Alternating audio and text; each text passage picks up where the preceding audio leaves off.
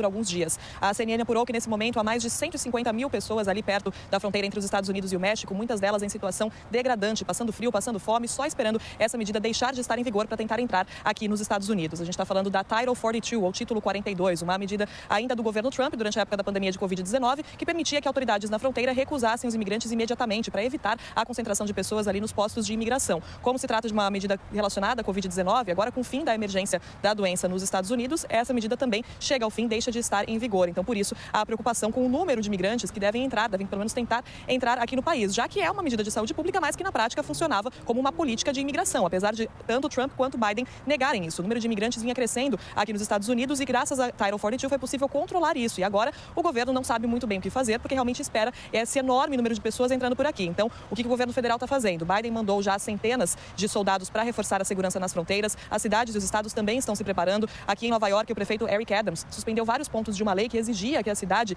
fornecesse abrigo imediatamente para quem pedisse, para os imigrantes. São ônibus e ônibus de imigrantes que chegam aqui a Nova York e essas pessoas são levadas para alguns locais de abrigo temporário. Então, hotéis que foram transformados nesses locais, prédios que não estavam sendo usados também, acabam servindo de residência temporária para essas pessoas, para esses imigrantes. Mas o prefeito de Nova York disse que a cidade chegou ao seu limite. Ele que, na verdade, já vinha reclamando disso há tempos, sofre até críticas. Ele é um democrata, né? É integrante do Partido Democrata, mas sofre muitas críticas dos colegas, dizendo que ele dificulta a situação da imigração e que essa atitude de suspender alguns pontos dessa lei de Nova York, que dava esse abrigo para as pessoas, realmente pode tornar a situação delas mais difícil, pode expor essas pessoas a situações perigosas. Mas vários outros governadores também pedem mais recursos federais para lidar com essa possível onda de pessoas, essa multidão de pessoas que deve tentar entrar aqui no país. Olha, vários políticos, até uma aliança de cerca de 20 governadores republicanos, chegou a entrar na justiça pedindo para que essa política fosse estendida, para que a Title 42 ficasse em vigor mais tempo. Só que esse pedido não foi atendido por se tratar justamente de uma medida de saúde pública e não de imigração. Agora, os efeitos disso a gente realmente deve ver nos próximos dias, porque muita gente está só esperando essa política acabar para tentar entrar aqui. Então é uma situação muito triste, muito preocupante, que a gente vai seguir acompanhando. Elisa.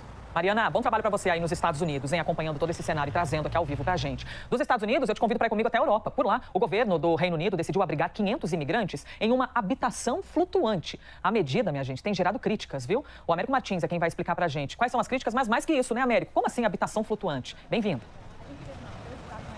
Olá, Elisa, bom dia a você, bom dia a todos que nos acompanham. Essa é mais uma medida do governo do Rishi Sunak, o primeiro-ministro conservador, para tentar conter a imigração, especialmente a imigração ilegal aqui para o Reino Unido. Basicamente, eles alugaram uma grande barcaça, essa vai ser a primeira barcaça, um navio, que está sendo adaptado para receber até 500 imigrantes ilegais. Ela vai ficar no porto de Portland, no sul da Inglaterra, e essas pessoas vão ficar confinadas neste navio. Um navio de acomodação, não é um transatlântico, não imagine um cruzeiro, nada disso. Parece uma grande barcaça mesmo, parece um grande container, uma fila de containers ali, e 500 imigrantes, todos solteiros, do sexo masculino, vão ficar presos, basicamente, neste barco. O governo diz que eles vão ter comida, vão ter assistência médica, vão conseguir ficar lá com dignidade, nas palavras do governo, até o caso deles, normalmente pessoas pedindo asilo político aqui no Reino Unido, seja observado pela justiça aqui do Reino Unido. Várias ONGs e entidades que lidam com direitos humanos estão reclamando muito disso, porque essa vai ser simplesmente a primeira barcaça. Logo depois, eles vão ter vários outros barcos espalhados pelo mar ao redor aqui do Reino Unido para abrigar esses imigrantes ilegais. O governo do Reino Unido aqui, do primeiro-ministro conservador Rishi Sunak, está adotando uma série de medidas muito duras contra os imigrantes, inclusive mandá-los para Ruanda, onde eles iriam aguardar aí os pedidos de asilo. E ontem, Elisa, teve uma controvérsia muito grande aqui, porque o arcebispo da Cantuária, o Justin Welby, que foi a pessoa que coroou o rei Charles III aqui na Abadia de Westminster, ele tem assento na Câmara dos Lordes, ele e outros arcebispos da Igreja Anglicana. E ele fez um ataque muito sério a essa política muito dura de imigração, dizendo que essa legislação é moralmente inaceitável, impossível de funcionar e não vai resolver o problema dos imigrantes ilegais que vêm aqui para o Reino Unido. Ele está muito preocupado com a reputação do Reino Unido ao redor do mundo. E essa legislação vai ser votada aqui atrás, naquele grande prédio que é o Parlamento, onde vocês estão vendo ali o Big Ben, e é lá no Parlamento que o Justin Welby, o arcebispo da Cantuária, líder espiritual da Igreja Anglicana, fez essas críticas muito severas ao governo conservador do Rishi Sunak. Só para terminar, por que o Rishi Sunak está fazendo isso, Elisa? Simplesmente para ganhar votos. Ele quer que a sua base eleitoral volte a votar no Partido Conservador, e ele sabe que, especialmente no interior da Inglaterra, a questão da imigração é muito séria e seria o jeito mais fácil dele conseguir votos. Melhor e muito mais fácil do que resolver o problema da economia, por exemplo. Elisa. Américo Martins, um dos pontos turísticos mais efervescentes de Londres. Obrigada, meu bem. Bom trabalho para você aí na Europa. Vamos então com ela, Basília Rodrigues. É o momento do Dois Lados. Olha, lá vem ele de novo. O advogado Rodrigo Tacla Duran afirmou em depoimento que prestava serviços, ele prestava serviços para a Odebrecht e se tornou uma espécie de delator da Lava Jato. Ele afirmou em depoimento que advogados próximos a procuradores de Curitiba, que integravam a extinta força-tarefa da Lava Jato, cobravam uma taxa de proteção de eventuais alvos da operação para que eles não fossem denunciados. Esta não é a primeira vez que Duran acusa erros na conduta dos ex-procuradores da Lava Jato. Em março deste ano, ele disse que foi alvo de perseguição por não aceitar um tipo de extorsão durante o processo em que é réu. Para discutir se as acusações são um golpe na credibilidade da operação, vamos receber agora os deputados federais José Medeiros, do PL, e Kiko Seleguim, do PT. Tudo bem, senhores? Muito bom dia. Tudo bem, bom dia. Eu vou começar com o deputado José Medeiros para saber qual a avaliação do senhor sobre estas revelações do Tacla Duran. Mais uma vez, ele acusa ex-procuradores da Lava Jato de terem extorquido, manipulado provas para chegar ou para criminalizar alvos específicos desta investigação. Tacla Duran, que representava a Odebrecht. Na sua avaliação, quem investiga os investigadores? Bom, quem investiga os investigadores é o Conselho Nacional dos Ministérios Públicos, do Ministério Público, né? Tem um órgão especial e, no caso do Procurador-Geral da República, o Senado Federal pode fazer esse papel, né? Agora, interessante, eu ainda estava no Senado quando esse rapaz, ele começou com essas denúncias. O Senado chegou a se debruçar sobre essas coisas todas, depois ele acabou falando ao parlamento. Agora, o que na época a gente não conseguiu entender é porque ele muda as versões, sabe? Ele acaba mudando as versões e foi o que não levou muitos senadores a levar a sério esse tipo de denúncia dele, porque a gente não tinha onde se apegar. O Senado tentou ver, tem algum documento para apresentar, tem alguma prova, e ele sempre numa mudança de narrativa.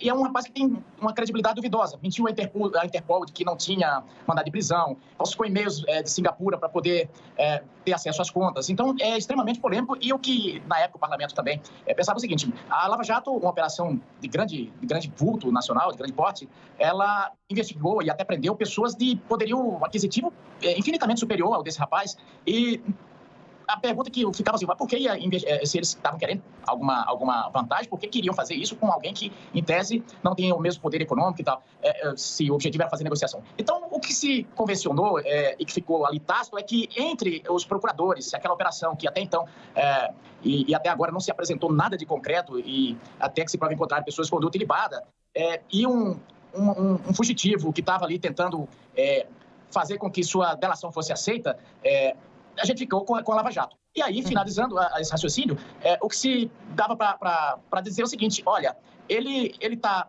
ao tempo inteiro insistindo em fazer a delação, mas quando o Ministério Público, inclusive o Procurador-Geral Aras, que era até contra a Lava Jato, tentou falar, me traga alguma coisa concreta, ele não apresentou. Mas ele fala e toda hora traz e isso abalha. Deputado Kiko Seleguim, a gente tem aí as declarações de uma pessoa que é investigada, foi acusada pela Operação Lava Jato e diz que os procuradores, então responsáveis pela operação, tinham uma espécie de fábrica de delações premiadas e até cobrariam taxa de proteção para que alguns alvos específicos contassem mais ou menos, para não virarem aí aqueles que seriam denunciados. Na sua avaliação, quem investiga os investigadores? Bom, mas primeiro não se trata da gente ficar se debruçando aqui sobre a condição de quem está denunciando, se responde processo ou não, até porque o que ele está trazendo à luz dos fatos aqui é o fato de ele teria sido extorquido, né, por um sócio da Rosângela Moro, que hoje ocupa um cargo no gabinete do senador Sérgio Moro, né?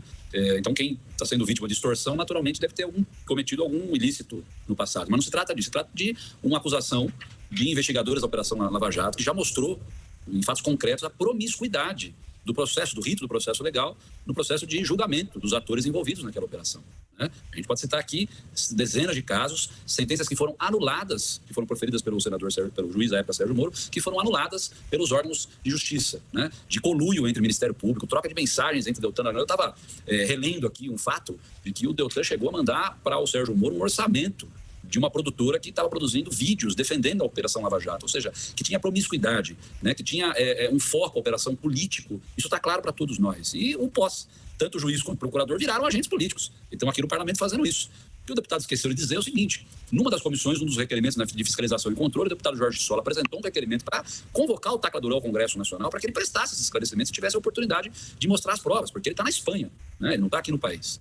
No entanto, o Deltan, que era membro da comissão, junto com deputados bolsonaristas, impediram a aprovação desse requerimento. Ora, se não tem nada a temer, qual é o problema de um depoimento, segundo o próprio deputado aí, de que não tem moral, né, expor o que ele tem de provas ou o que ele tem de informação para o conjunto de uma comissão no parlamento que é tão importante? Se não deve, não teme.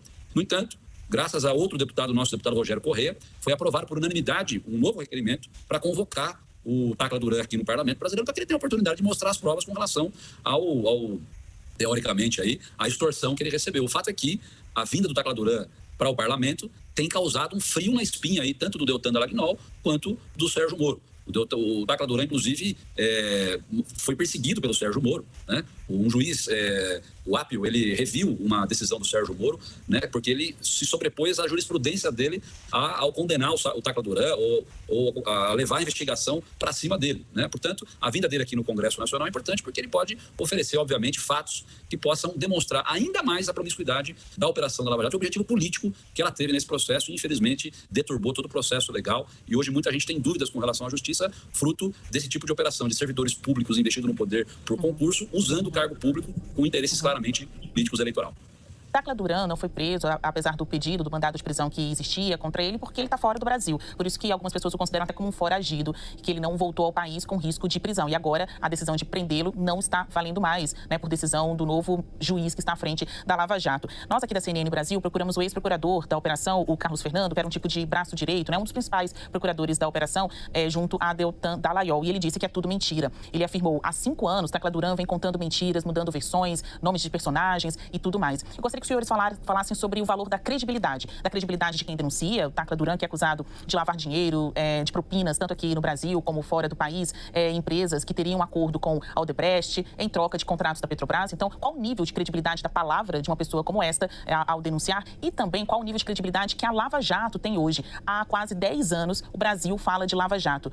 Quais as lições que ficaram depois de tantas condenações e anulações que também aconteceram ao longo deste período, né? Para a gente amarrar aqui o fim do nosso Dois Lados de hoje, eu vou passar as considerações primeiro para José Medeiros e depois para Kiko Seleguin, levando em consideração o valor da palavra credibilidade de quem denuncia e quem está sendo denunciado. Então, não seria uma inversão de papéis? Quem estava sendo investigado agora diz que está delatando contra os investigadores? Eu vou perguntar para o senhor José Medeiros, qual o nível de credibilidade de Tacla Duran? Qual o nível de credibilidade que hoje a Operação Lava Jato possui? A Operação Lava Jato, similar à Operação Mãos Limpas, e o roteiro que aconteceu na Itália acabou acontecendo aqui, com a diferença que aqui só tentaram matar o juiz, lá mataram. Mas o roteiro foi o mesmo e tentaram descredibilizar totalmente as investigações. Isso acontece todas as vezes que existem poderosos no polo passivo de uma investigação. Eu trabalhei 2 décadas na polícia, isso era muito comum com criminosos experientes em tentar bagunçar o processo, ou acusar a polícia, ou o delegado, ou o juiz, para se livrar e, com isso, se beneficiar. O que nós notamos é que a Lava Jato, ela teve de concreto várias sentenças que acabaram ocasionando a devolução de bilhões. E não é pouca coisa, não. Mais de 15 bilhões de reais que essas pessoas devolveram ao país. Portanto, os crimes aconteceram. Agora, óbvio, pela habilidade de alguns advogados, teve réu que teve, num só processo, 400 recursos levados às cortes superiores. A maioria dessas decisões começaram a ser reformadas agora, porque vamos convencionar aqui, lá não tem muito bem um juiz, tem um militante, ele mesmo colocava o apelido. Enfim, ali é totalmente político agora o julgamento e existe um ódio de madrasta contra a Lava Jato. Mas o que nós notamos é que a credibilidade desse moço já foi colocada à prova quando ele poderia muito bem ter trazido as provas ao Ministério Público, e se ele não queria levar aos procuradores da Lava Jato à época, poderia ter trazido ao Aras, que era contra a Lava Jato, por exemplo, até tinha posições contrárias à Lava Jato. Mas se ele tivesse apresentado provas tanto ao Senado quanto à Câmara, ou mesmo à Procuradoria-Geral da República, eu não tenho dúvida que teriam sido aceitas. O problema é que ele fala, e de concreto não há nada. Vai haver um circo aí na Câmara, lógico, para a luta política, mas de concreto eu não vejo que ele possa trazer risco ou desgaste à Lava Jato, porque ele não apresentou. Até agora, durante 5 anos, não sei o que ele poderia apresentar agora. Deputado Kiko Seleguin, a mesma pergunta. Há quase 10 anos o Brasil fala de Lava Jato e tem sido impactado pelos efeitos dessa operação, né? Do antes e do agora também. Eu gostaria de saber a sua avaliação, qual o nível de credibilidade de quem denuncia a operação, o Tacla Duran, e o nível de credibilidade que ainda existe da Operação Lava Jato, que já viveu seus tempos áureos, né, de perseguição, dizem alguns, mas de punição àqueles políticos que incorreram em práticas criminosas, corruptas. Qual o nível de credibilidade a operação tem hoje? E se o senhor puder responder rapidamente, como que vocês vão trazer o Tacla Duran para prestar esclarecimentos no Congresso? Bom, mas ele é primeiro que ninguém pode, ou pelo menos não deveria ser condenado ou julgado baseado só na credibilidade do acusador. O acusador, fazendo delação ou não, ele precisa ter provas. O presidente Lula foi condenado por um juiz corrupto sem provas, só por delação de alguns atores corruptos, né? O fato objetivo é que a credibilidade da Operação Lava Jato ficou evidente. O conluio entre o Ministério Público e o juiz. Isso por si só, não só você teria que anular todo o procedimento, como processar quem usou do Estado brasileiro no intuito de condenar Zé, Mané ou João com objetivo político. Eu me lembro perfeitamente do juiz Sérgio Moro dividindo palanque político com Aécio Neves, que era um dos investigados na Operação Lava Jato. Como é que isso tudo pode ter credibilidade? O deputado fala do atual juiz da Lava Jato. Eu não vi nenhuma entrevista ou parecida com o espetáculo que dava o Sérgio Moro. E até onde me consta, o juiz hoje investido naquele cargo não vai ser ministro do presidente Lula, muito menos candidato à presidência da República. Então a Operação Lava Jato tem essa credibilidade, ou seja, que usou o Estado brasileiro nessa direção. Eu não estou aqui para defender o currículo do Tacla Duran, mas o fato objetivo é que não tinha clima, ambiente jurídico no país para que ele viesse aqui e depusesse sem que tivesse algum grau de perseguição e de conluio entre quem deveria tomar o depoimento e depois julgar. Agora você tem no país um clima jurídico estabelecido, eu creio que ele deve vir ao Brasil, atender a convocação da comissão e prestar os esclarecimentos. Ele vai conseguir comprovar as denúncias que ele está fazendo, são outros 500. Eu espero que tanto o Parlamento brasileiro como a Justiça depure bem o que ele está acusando e, se ele tiver provas, que a gente consiga processar, obviamente, aí quem usou do Estado brasileiro, ou diretamente ou indiretamente, a partir de um sócio da esposa, de um assessor lotado no gabinete, para poder fazer dinheiro com o poder investido pelo Estado brasileiro. Então é isso, olha, conversamos hoje com os deputados federais José Medeiros, do PL, e Kiko Seleguin, do PT, e a gente volta para um novo Dois Lados em breve. Obrigado aos senhores. Obrigado, Basílio. Obrigado, deputado. Um grande abraço. Até a próxima. Até mais. Opa, e nós voltamos aqui ao vivo, 11h39. As polícias militares civil do Rio de Janeiro fazem uma operação no Complexo da Maré, zona norte da capital fluminense. Troca de tiros entre os agentes e os traficantes fez com que 27 escolas da região suspendessem as aulas. Vejam aí as imagens que estão chegando, filmadas dentro do complexo e à altura das aeronaves, sobrevoando o complexo. Quase 10 mil estudantes foram afetados pelas suspensões. Também há registro de 2 clínicas de saúde da família que interromperam as atividades por causa dos tiroteios. Ainda não há informações de presos ou pessoas feridas. As imagens, portanto, que chegam neste momento de uma operação no Complexo da Maré, zona norte do Rio de Janeiro. Estão vendo ali, adiante, a imagem da polícia entrando no complexo? As imagens que vão chegando por parte dos moradores. 11h40. Em entrevista aqui à correspondente da CNN em Nova York, Mariana Giangiacomo, o governador de Minas Gerais, Romeu Zema, falou sobre a busca de investimentos para mineração dentro do estado. Vamos ouvir. Quais os frutos dessa viagem a Nova York até agora? Bom, os frutos da viagem a Nova York têm sido muitos. Nós temos conseguido mostrar aqui nos Estados Unidos para investidores que Minas Gerais é um estado sério, é um estado que já deixou aquela situação caótica para trás e que hoje tem muito a oferecer. Estamos divulgando com prioridade o Vale do Lítio, onde já temos algumas empresas operando e muitas outras já com projeto em andamento. E esse metal é importantíssimo, porque nos próximos anos ele é que vai fazer com que a transição energética aconteça, já que o lítio é usado em baterias de automóveis, de ônibus, de caminhões, e Minas Gerais tem uma das maiores jazitas do Brasil e também do mundo. Então o Estado está dando todo o apoio, já deixamos claro que não faltará energia elétrica para quem colocar uma extração e beneficiamento de lítio, que não faltará estrada, que o Estado estará acompanhando tudo de perto, porque essas jazidas, a grande maioria delas estão no Vale do Jequitinhonha, que é uma região menos favorecida do Estado. Então a criação de empregos, de oportunidades nessa região é mais importante ainda do que em qualquer outra localidade do Estado. E o Estado está acompanhando essas empresas para que elas também não exportem simplesmente o minério. Nós queremos que o minério seja beneficiado, que aquilo que Minas venda tenha valor agregado. E já iniciamos contato, inclusive, com fabricantes de bateria, porque o nosso marco, o nosso objetivo de longo prazo é que nós venhamos a vender a bateria e não só a matéria-prima da qual se fabrica a bateria. E o senhor pode me dar detalhes sobre qual foi o acordo fechado aqui em Nova York, nessa viagem, para mais um ponto de extração, né, para mais uma empresa que pretende extrair o lítio? Exato. Nós fechamos aqui mais uma empresa que vai estar investindo 570 milhões de reais, cuja unidade Fabril começará a ser construída já e deverá estar entrando em operação daqui a 2 anos. Lembrando que nós já temos uma empresa instalada que começa a produção agora ainda nesse ano de 2023. E temos várias outras já fazendo prospecção no solo e é só questão de tempo para que elas apresentem aí o cronograma. Então nós queremos que aquela região toda venha a ter uma série de empresas extraindo, beneficiando lítio e, além disso, essas empresas vão criar ali um arranjo produtivo local ou regional que vai atrair uma série de outras empresas que vão estar fornecendo serviços de manutenção, fabricação de peças, já que a mineração causa uma grande movimentação econômica. Não é só uma empresa que está ali, você atrai uma série de outras atividades acessórias para poder prestar esses serviços. Essa viagem aqui em Nova York é uma segunda parte, uma parte da viagem para os Estados Unidos, certo? Como foi em Boston e o que foi fechado lá? Nós tivemos uma parte da viagem em Boston que foi talvez algo que vai modificar para sempre a mineração em Minas Gerais. Com a mudança da tecnologia, com a queda no preço da energia elétrica, nós vamos ter condição de termos em Minas Gerais já a partir do ano que vem operando a Boston Metal, que é uma empresa que usa como matéria-prima o rejeito que nós temos nas barragens que acumulam material há décadas no estado de Minas. Então ela utiliza uma matéria-prima que hoje não agride o meio ambiente, pelo contrário, vai diminuir essa quantidade de rejeito que está depositada, não utiliza água, só utiliza energia elétrica, que é um componente limpo no estado de Minas, já que toda a energia nossa é gerada por hidroelétricas. E com isso nós vamos ter a produção de metais a partir dessa eletrólise, que é esse processo que utiliza energia elétrica. É a primeira unidade que está sendo instalada no mundo, que está sendo colocada no campo das vertentes. Então, a partir do ano que vem, Minas Gerais estará produzindo metais a partir de rejeito e é uma nova frente que se abre. Vamos ter condição de extrair esses metais dessas barragens de rejeito nas próximas décadas. Então, vamos ter ainda uma segunda fase de mineração no estado que se inicia agora. E o estado tem mão de obra para isso? Estão formando. É um processo quase que contínuo, como numa refinaria, mas temos muitos brasileiros trabalhando que vão estar replicando esse conhecimento aí e vamos estar sempre contratando pessoas do local onde a indústria se instalar. Cria-se empregos. Criamos emprego, movimentação econômica e um futuro melhor para os mineiros. O senhor tem algum número, alguma estimativa que a gente possa dar? Assim? A Boston Metal vai estar investindo em Minas Gerais mais de 500 milhões de reais, gerando entre empregos diretos e indiretos cerca de 1.000 empregos nessa primeira unidade. E daqui a pouco podem ser várias unidades, porque em todas as regiões onde já temos barragens, rejeito, é uma oportunidade para você extrair ainda aquele metal que ficou depositado ali.